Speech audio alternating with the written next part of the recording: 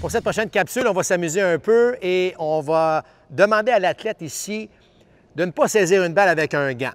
L'athlète a un casque, on va utiliser des balles de tennis parce que beaucoup de balles, évidemment, au baseball sont frappées dans les airs. Alors, il faut aller se positionner toujours sous la balle. Trop de jeunes ont peur ou les balles tombent loin devant ou loin derrière. Alors, dans cet exercice, les balles de tennis sont évidemment frappées dans les airs.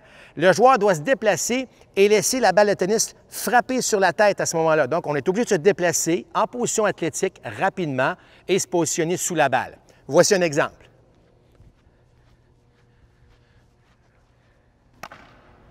Excellent.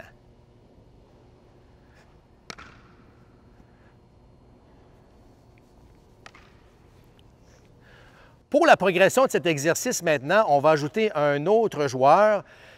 Il y a des aspects importants. L'aspect communication. Donc, dans votre équipe ou votre programme, c'est important qu'on ait le même message qui est lancé. C'est-à-dire que lorsqu'on demande la balle, il faut avoir le même message. Dans ce cas-ci, on va demander à l'athlète de dire « I got it ». Donc, lorsque la balle est frappée, il faut que tout le monde dans le parc puisse entendre qui a demandé la balle et que ça soit clair pour tout le monde. Par contre, ici, on va s'amuser encore plus.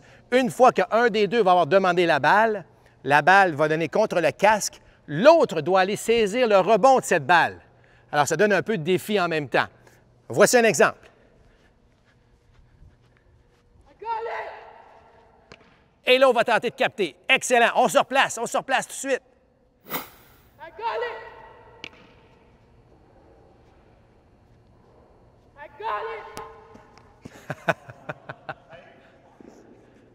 En conclusion, on peut s'amuser beaucoup avec cet exercice.